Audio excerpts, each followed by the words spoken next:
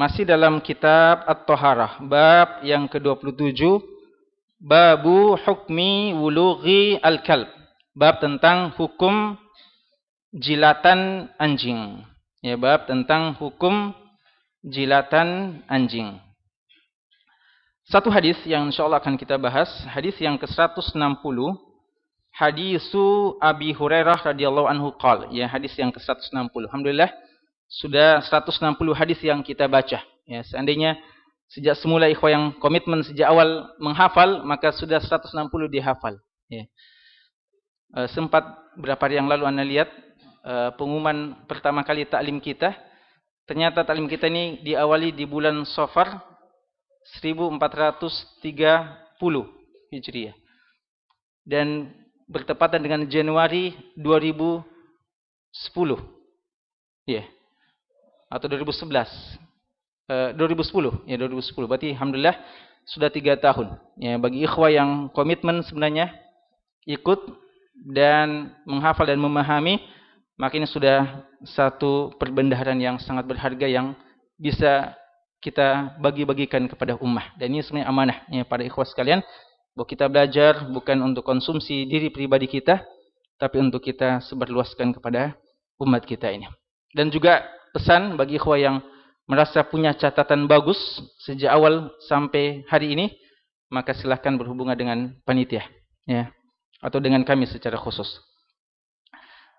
Taib, hadis yang ke-160, hadisu Abi Hurairah radhiyallahu anhu qala, inna Rasulullah sallallahu alaihi wasallam qala, bahwasanya Rasulullah sallallahu alaihi wasallam bersabda, idza syaribal kalbu fi ina'i ahadikum, jika saja anjing meminum di salah satu bejana salah seorang di antara kalian, atau di bejana salah seorang di antara kalian, falyaksilhu sab'an, maka hendaknya dia mencuci, membersihkan bejana itu dengan sab'an, sebanyak 7 kali. Ini hadisnya, hadis yang cukup ringkas. Namun hadis ini ikhwah sekalian banyak hukum-hukum yang dijelaskan oleh ulama kita tentang hadis kita ini. Ini hadis yang dipilih oleh Syekh Muhammad Fuad Abdul Baqi rahimahullah untuk ditempatkan dalam Al-Lu'lu' wal Marjan ini. Walaupun sebenarnya kalau kita melihat matan Sahih Bukhari dan matan Sahih Muslim dan kitab-kitab sunan lainnya, ada tambahan-tambahan lafaz yang penting yang tidak tercantum dalam hadis kita ini. Namun kenapa bukan itu yang dipilih? Lagi-lagi sebagaimana kita sebutkan, karena beliau mau komitmen konsisten dengan aturan buku ini, bahwa buku ini hanya memuat hadis yang diriwayatkan oleh Imam Bukhari dan Muslim. Ya, walaupun ada lafaz-lafaz yang penting, nanti insyaallah akan kita isyaratkan lafaz-lafaz yang sahih tentang hadis ini yang menjelaskan kepada kita makna hadis ini secara lebih utuh. Hadis ini jamaah sekalian diriwayatkan oleh sahabat yang mulia Abu Hurairah radhiyallahu anhu, di mana beliau mengatakan Rasulullah sallallahu alaihi wasallam bersabda, idza syaribal kalbu, jika al-kalb, anjing, meminum. Di sini gunakan kata-kata syariba, minum. Dan ada sebenarnya lafaz-lafaz yang juga digunakan untuk makna yang seperti ini. Dan kalau kita lihat riwayat yang lebih terkenal, apa riwayat yang lebih terkenal? Idza walagal kalbu, ya. Dan ini lebih khusus kata ulama kita. Beda antara syurb dan wulugh. Karena syurb itu digunakan untuk semuanya, manusia, semua hewan dan seterusnya. Maka ini makna hadis, lafaz ini lafaz yang lebih umum. Dalam lafaz yang lebih khusus, dan ini lebih tepat, walaupun ini juga tidak salah, dengan makna yang lebih khusus, dalam lafaz yang lebih khusus, idza walagha, dan wulugh adalah meminum dengan cara menjilat dengan ujung lidah air tersebut. Dan ini dilakukan oleh anjing dan binatang-binatang buas lainnya. Jadi kalau anjing itu tidak minum, karena minum itu dipahami minum langsung banyak. Ya, adapun anjing dan semacamnya itu dengan ujung-ujung lidahnya saja. Ya, jadi mencicipi air dengan ujung lidah itu bahasanya wulugh, idza walagha. Ada lafaz yang lain yaitu la'iqa. Dan ini ulama jelaskan perbedaan-perbedaan. La'iqah itu juga menjilat, tapi untuk selain benda cair yang padat. Ya, seperti tangan ini kita jilat dikatakan la'iqah. Makanya dalam hadis tentang makan, kalau kita sudah makan, jangan langsung dicuci tangan kita, tapi falyal'aq. Ya, kita menjilat tangan kita ini. Dinamakan la'iqah, tidak dinamakan walaghah karena ini benda padat, bukan cair. Dan ada juga lahisa. Lahisa pakai sin. Itu juga digunakan untuk cair, tapi ketika ada bejana lalu sudah habis airnya, lalu masih dijilat-jilati, itu digunakan kata-kata lahisa. Ya. Maka ini khusus kalian menjelaskan bagaimana kayanya bahasa Arab, ya, dan juga bagaimana pemilihan kata-kata dari Nabi Muhammad SAW. Di sini katakan jika anjing menjilat bejana salah seorang di antara kalian. Anjing apa yang dimaksudkan? Karena anjing bermacam-macam. Ada anjing buruan, ya, anjing pemburu. Ada anjing ya untuk menjaga rumah, dan ada anjing yang memang diperintahkan untuk dijauhkan dan dibunuh, ya, bahkan. Apakah ini semua berlaku? Sebagian ulama kita mengatakan ini khusus bagi anjing-anjing yang tidak dibolehkan untuk dipelihara. Dua saja yang dibolehkan, ya. Pelihara dalam artian dia dimanfaatkan, yaitu untuk memburu, memangsa, dan yang kedua untuk menjaga, ya, untuk menjaga.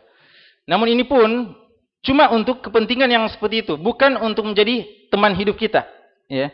Bukan untuk menjadi, ya, kekasih kita, ya, yang kita layani lebih daripada anak-anak kita, yang sebagaimana yang dilakukan oleh sebagian orang, waliyadzubillah. Atau mempersilahkan masuk di rumah kita, bahkan di kamar kita, bahkan di tempat yang paling khusus di rumah kita, dan dimandi, dikasih makan, ya, disisir dan seterusnya. Ini enggak, ini sudah berlebihan, ya, dan ini hal yang terlarang. Sebagian ulama kita mengatakan bahwa yang dimaksudkan dalam hadis ini, diberlakukan hadis ini dengan cara mensucikan jilatannya adalah kepada anjing-anjing yang tidak diperkenankan untuk dipelihara, dalam artian tidak dimanfaatkan. Namun khusus kalian, pendapat yang sahih sebenarnya adalah bahwa ini berlaku secara umum. Bahkan kalau kita lihat hadisnya secara lengkap, ya, diriwayatkan dalam sahabat Abdullah bin Mughaffal juga dalam riwayat yang lain, dijelaskan bahwa ketika Nabi SAW menjelaskan anjing apa yang bisa dipelihara, beliau sebutkan dua tadi. Lalu beliau lanjutkan setelah menyebutkan dua anjing yang bisa dimanfaatkan itu, beliau sebutkan hadis kita ini. Dan inilah memang paling mungkin, karena inilah yang paling mungkin untuk menjilat bejana kita. Karena dia diberikan kesempatan untuk tidak dibunuh, untuk tidak diusir, bahkan boleh jadi dia kadang-kadang masuk di rumah kita tanpa kita sadari. Ya. Maka hadis ini sebenarnya berlaku secara umum untuk semua anjing, dan ini yang rajih, ya, wallahu taala a'lam. Idza syariba al-kalbu fi ina'i ahadikum, pada bejana salah seorang di antara kalian. Ya, bejana, ya, yang jelas maknanya. Maka falyaksilhu sab'an, maka hendaknya dicuci 7 kali. Dicuci 7 kali.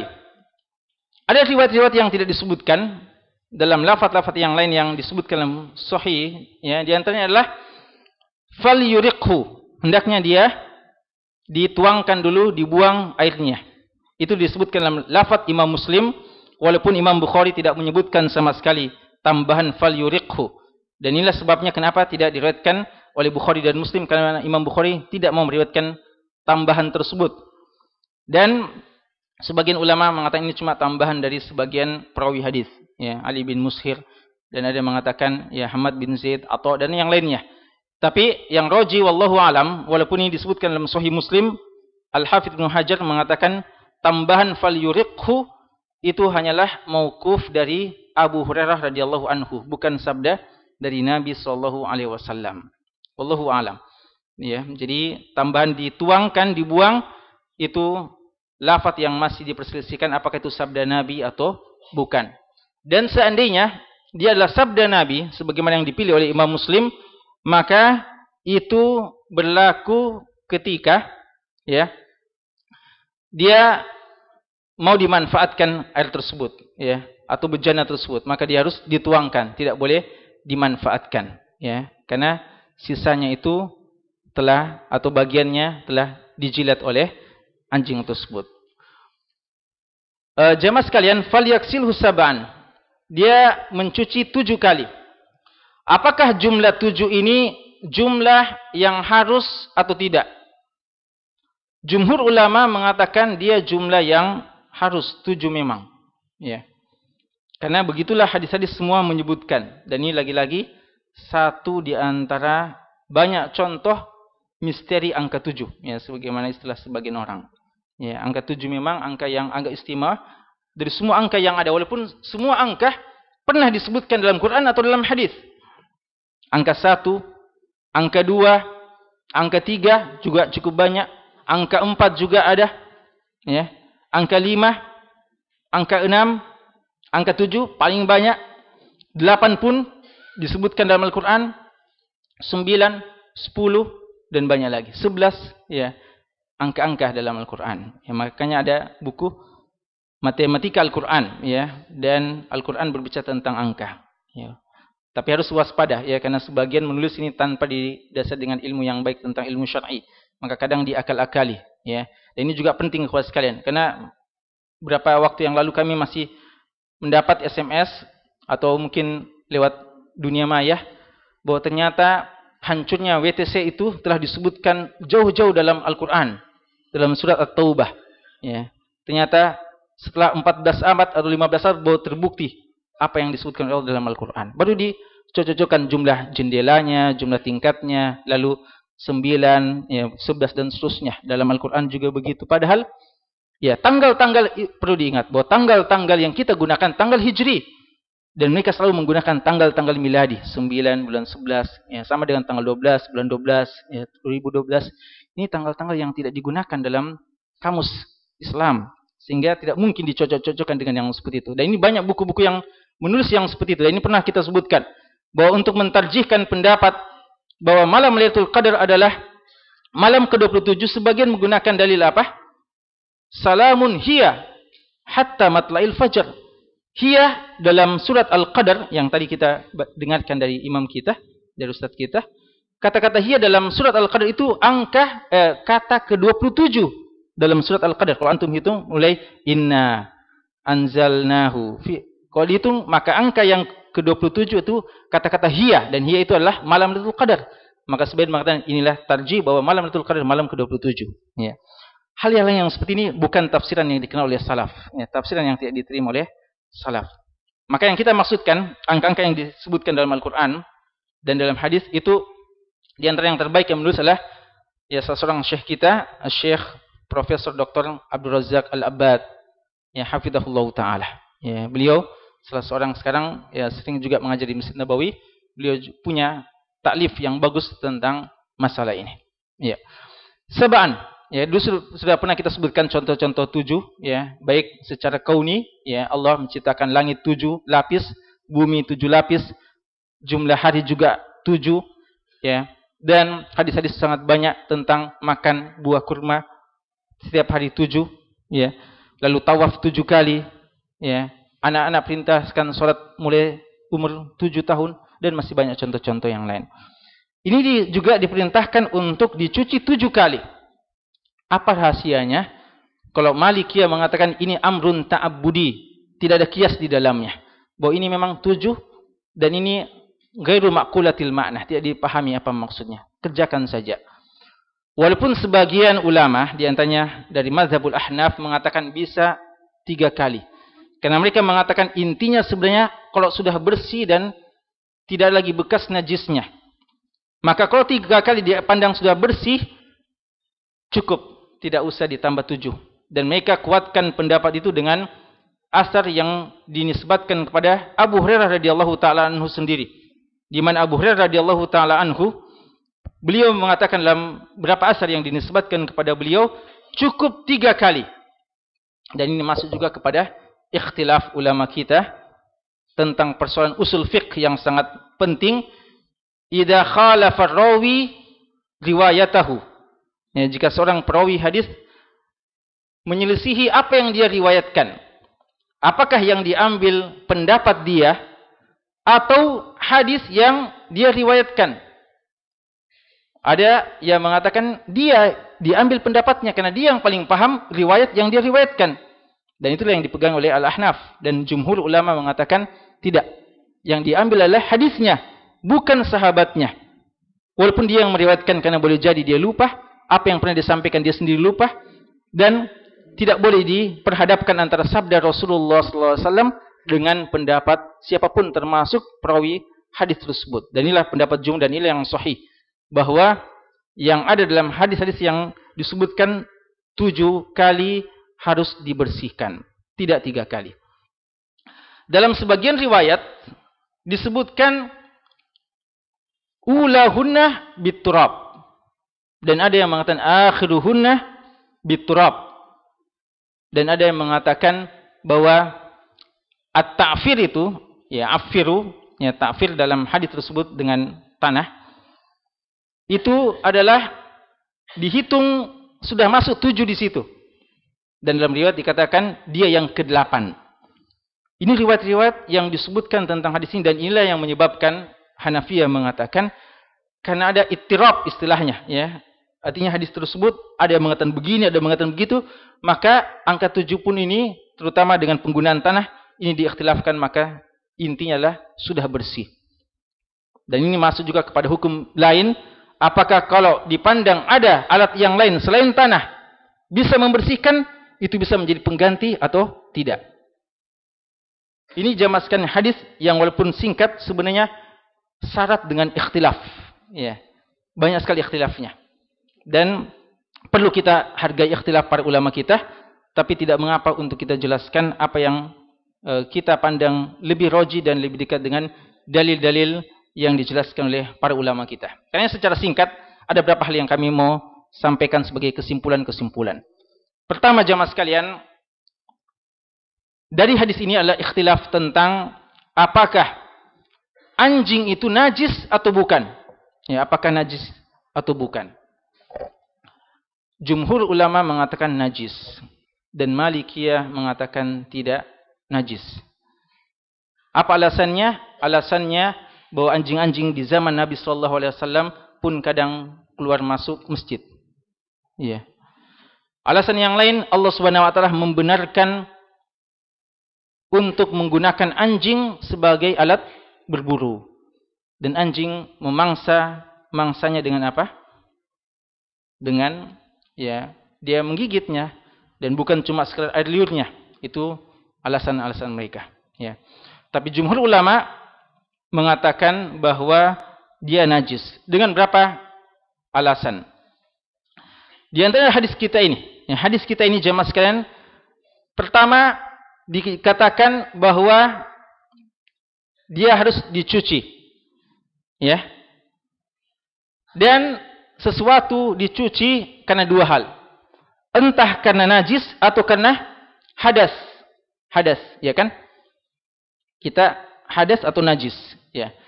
Bedanya hadas dengan najis. Nah, hadas itu datang dari bendanya, ya, seperti kita buang angin, buang air, itu namanya hadas.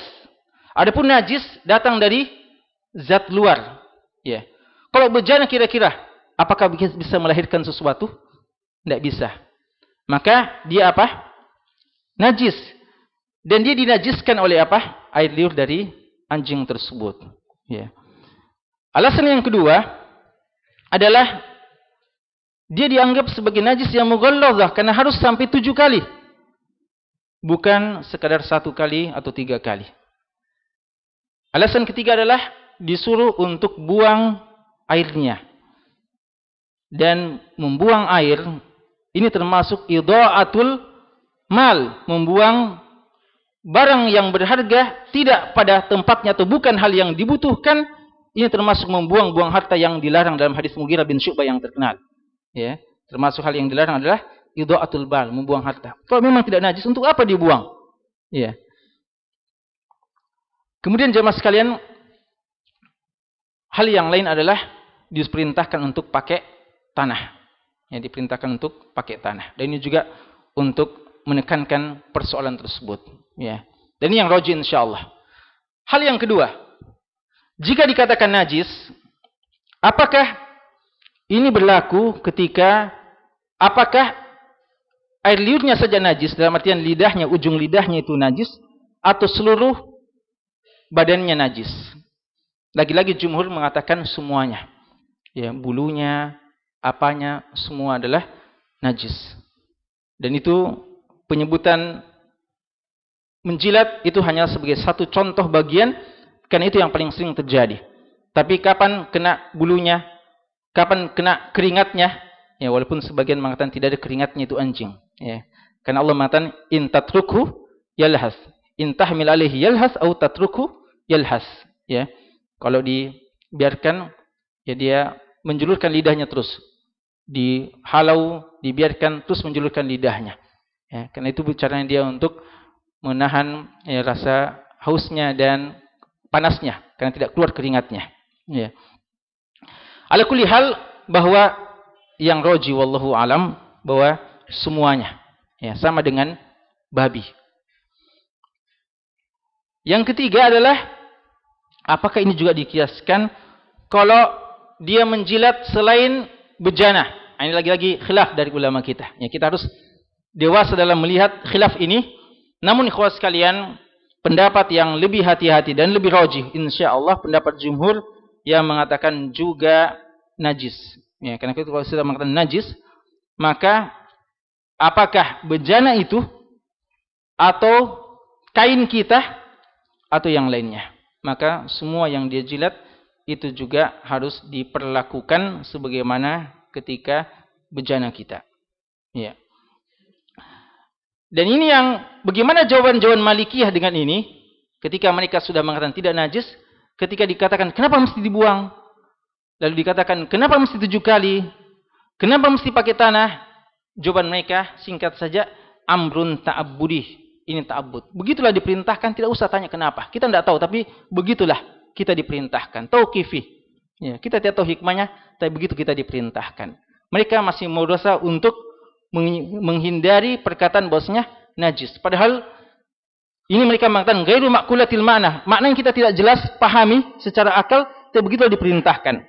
Justru ulama kita jumhur mengatakan ini justru bisa dipahami bahwa kesemuanya itu adalah indikasi yang sangat kuat untuk mengatakan dia adalah sesuatu yang najis. Ya. Kemudian permasalahan yang lainnya jemaah sekalian adalah tentang ta'fir. Ya. Yaitu pakai tanah. Apakah itu harus atau tidak? Hadis-hadis menjelaskan semuanya pakai tanah. Ya, dalam artian tidak ada benda yang lain. Sabun dan yang lainnya sudah ada di zaman tersebut, tapi Nabi SAW tidak jadikan sebagai alternatif. Dan menurut penelitian ahli kimia, ahli kedokteran dan yang lainnya, silahkan tanya-tanya ahli kimia dan kedokteran kita di sini. Ya, wallahu alam. Ya, menurut dikatakan bahwasanya di tanah ada zat yang tidak mungkin, yang hanya bisa membersihkan najis dan penyakit yang disebabkan oleh air liur dari dari anjing tersebut. Dan ini tidak mungkin dengan sabun dan dengan alat-alat pembersih lainnya. Ya. Walaupun ya kita katakan secara jujur ada ulama yang membolehkan seperti itu, karena mereka melihat intinya adalah menghilangkan kotorannya, yang menghilangkan najisnya. Tapi ya kadang memang jalan selamat adalah sesuai dengan nas, dan setelah itu akan terbukti kelak.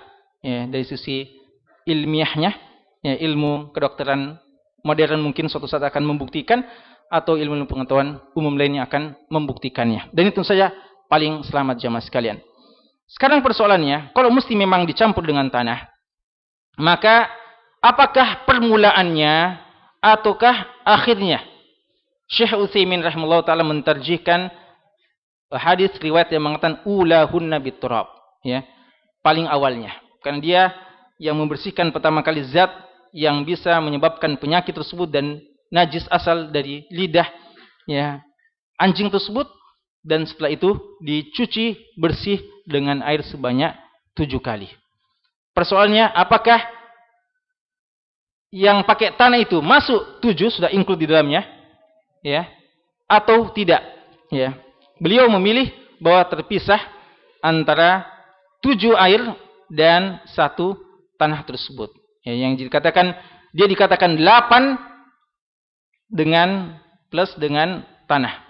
Dan kalau dikatakan 7, itu yang dimaksudkan 7 adalah airnya itu. Dan ini dari walaupun memang ada riwayat-riwayat yang kelihatannya terjadi pertentangan. Dan ikhwas sekalian, hadis ini tentu saja ya termasuk mukjizat Nabi Muhammad SAW yang cepat atau lambat akan terbukti menurut ilmu pengetahuan modern. Ya, dan ini kita sampaikan dengan penuh kebanggaan dan percaya diri akan kebenaran Islam. Jangan sebagaimana orang-orang yang menulis dengan penuh rasa rendah diri bahwa hadis-hadis yang seperti ini jangan dimunculkan di tengah-tengah orang-orang Barat. Kan inilah penyebab mereka meninggalkan agama ini atau tidak tertarik kepada agama ini. Sebagaimana hadis-hadis tentang memasukkan, mencelupkan ya lalat ke dalam bejana yang sudah terlanjur terjatuh lalat tersebut. Ini dengan penuh rasa rendah diri mereka mengatakan inilah yang menyebabkan orang-orang Barat justru lari. Padahal justru sebaliknya, berapa banyak orang yang terpanggil untuk meneliti ya.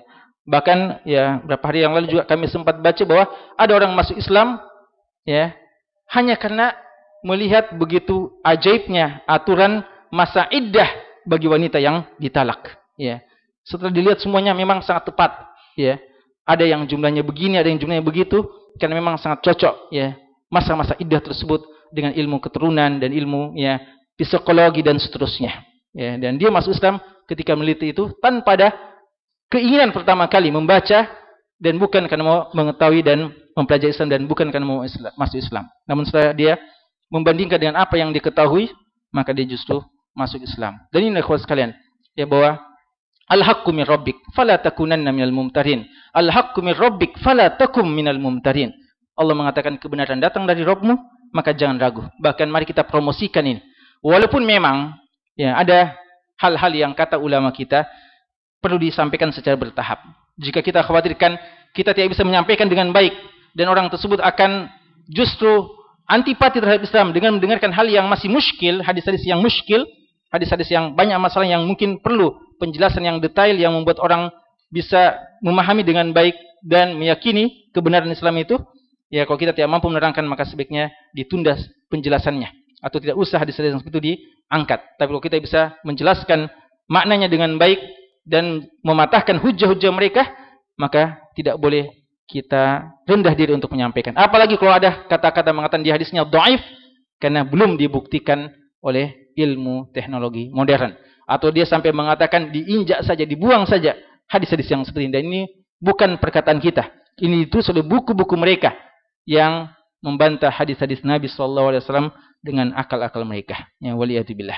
Kesimpulannya jamaah sekalian bahwa yang rajih wallahu alam bahwa anjing itu najis dengan semuanya, maka ketika anjing itu tanpa kita harapkan tapi dia menjilat bejana kita atau yang lainnya, maka diperlakukan apa yang diajarkan oleh Nabi SAW dalam hadis ini, walaupun kita bisa juga memahami orang yang mengambil pendapat yang berbeda. Wallahu ta'ala alam wa sallallahu ala nabiyyina Muhammad wa ala alihi wa sahbihi wasallam walhamdulillahi rabbil alamin.